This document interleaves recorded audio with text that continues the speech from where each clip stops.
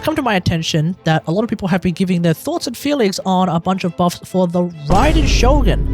And after thinking about it, I wanted to give my take on this topic, because I guess everyone wants to try and come up with ways to keep her meta relevant. In this case, I've tried to not watch any other videos or pay any real attention to other people's takes so that my thoughts can remain my own. Because the truth of the matter is, I think the Shogun's design, regardless of her DPS or perceived lack thereof, is actually still really good and very interesting to play. Aside from, I guess, damage, I have no real issue with how she plays and what she does, as opposed to pre-buff Miko, where I didn't like her turrets only lasting 14 seconds. So if and hopefully when Hoyo get around to giving us some Raiden buffs, they should promote her energy manipulation gameplay, her ult-heavy teams, and how she herself is effectively a battery that requires charging before unleashing the great Booba sword. Hello everyone, welcome back. As you can see, this is a deeply serious topic. So before we continue, I just want to remind you all to like the video and subscribe to the channel, because your support can always help combat the YouTube algorithm. The first thing that needs to happen is for Hoyo to release more off-field characters that have heavy energy-hungry ults. I know that when a character is released with quite a high ER requirement, a lot of people tend to cringe. But if you look at some of the more recent off-fielders that you can play with A, they haven't exactly been energy-hungry. I heard Odette's ult is worthless because it doesn't do direct stellar damage, but I'm not entirely convinced that's actually useless. Either way, she does have a 60 cost burst, and I'm not entirely sure if that makes her energy hungry for that at all. Meanwhile, Nicole's ult does significantly less damage with A as the on-fielder. Columbina has access to at least 2 weapons that can actively give her energy back. Durin doesn't have any ER problems for the most part, thanks to his skill giving him energy. Endeavor, on the other hand, has a 60 cost burst with KQM leaning towards around 150 ER for her for the most part. So what we really need is more characters like Xiangling, someone who famously needs 3000 ER, or Dea or Miko before C4. Perhaps the Tsaritsa will be an off-field DPS with an 80 cost burst and not particularly great energy generation.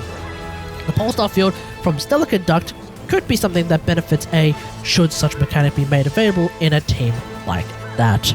Essentially, I feel like A's relevance in the meta tends to go up when there's more meta-relevant characters who are somewhat energy-hungry. And right now, I feel like I can make the case for A being particularly good with the Beneficor, insofar as you don't actually build any ER on Ennefer or Columbina, and you can still use their ults on the regular. Their ults are actually pretty good, because they can empower the Lunar Charge damage, and so by not building that much ER or any ER at all, you can actually focus on those crit stats, attack stats, or HP stats for Columbina, thus you can min-max their damage.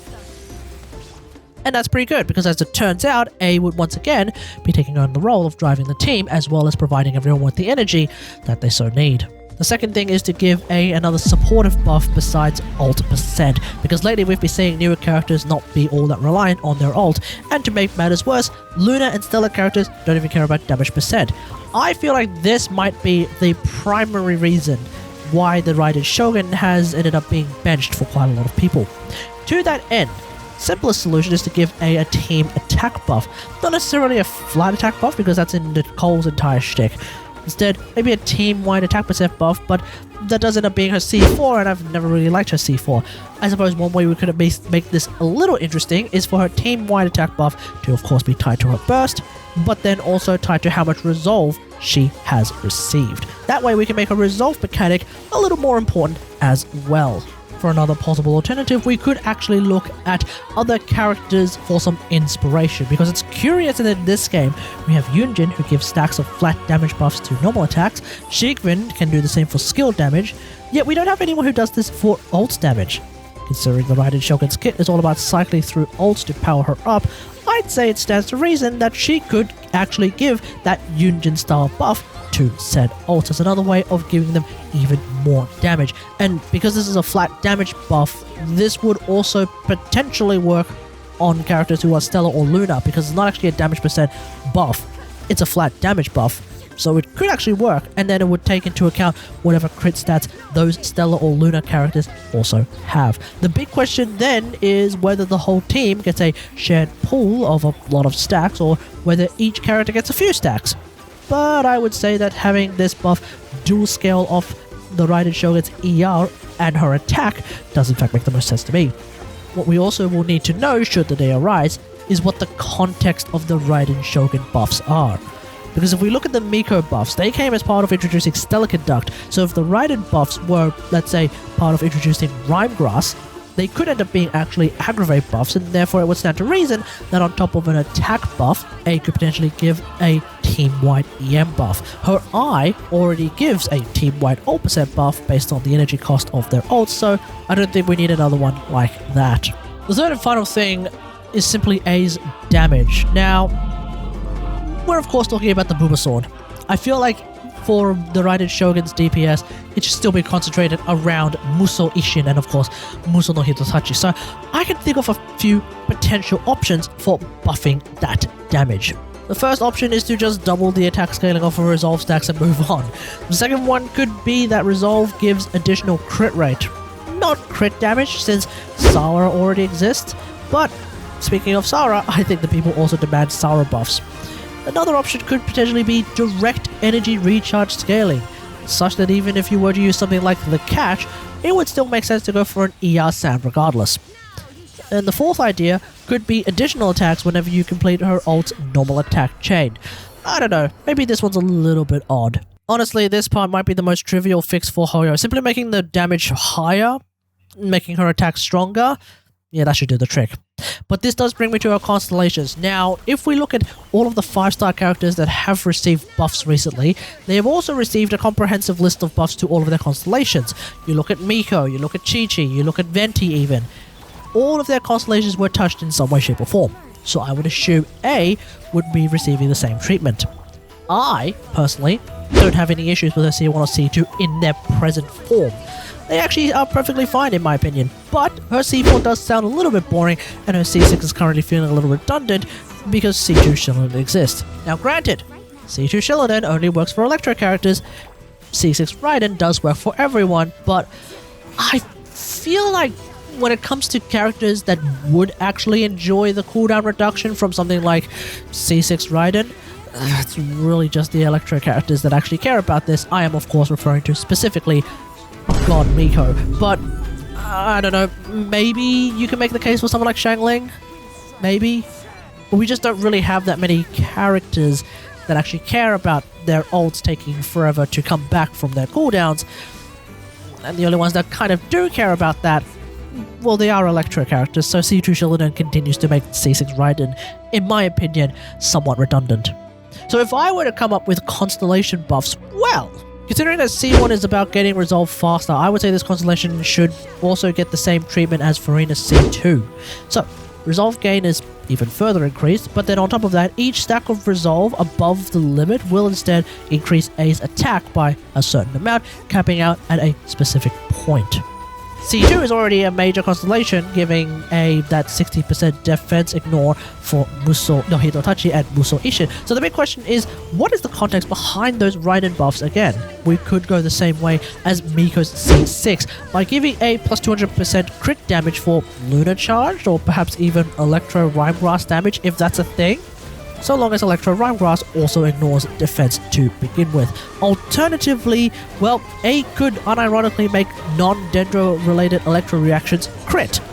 Stellar Conduct as a reaction doesn't actually do damage, so this could be a big Superconduct buff instead, which of course would really synergize with Miko's C1.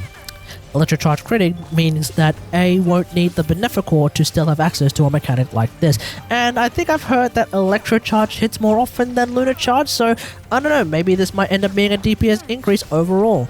Overload's critting could be hilarious for both Chevy and Nicole Duran teams, as well as I guess playing with Dea. This would be the same treatment as Nahida's C2, but specifically for bloom reactions. C4 remains the odd one, but I think we can draw some inspiration from Venti's C4 pre and post buff. The buff to that particular constellation was actually just trigger adjustment and turning the Animo percent buff into a team-wide buff. So I guess A's new C4 could simply mean that when her Bulbasaur comes out, everyone, including A, gets plus 30% attack for 10 seconds. At least now, this constellation actually makes a lot of sense. Keep in mind, this would be on top of the team-wide attack percent buff based on her resolve that I mentioned a little bit earlier. Otherwise, honestly, I have no idea what I would add to a constellation like this. And finally, C6 is a mechanic that I've already had some experience with for electric characters via Shielded C2. If it were really up to me, I would have actually migrated this entire constellation into a C1, but I would be surprised if something like that were to happen, since some folks have obviously already paid quite a lot of Primo gems in order to get her C6. To me, it seems like A is actually missing that classic C6 of, wow, this character suddenly does a lot of damage. I suppose that might be because we already get that DPS spike at C2 instead, but the Shogun has always had a reputation of being a god of...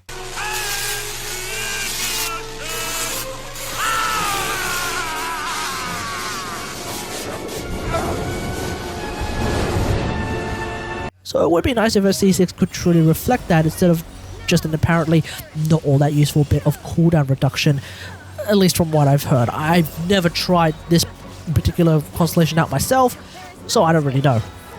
I would actually like to draw some inspiration from Nahida's C6 and come up with the following.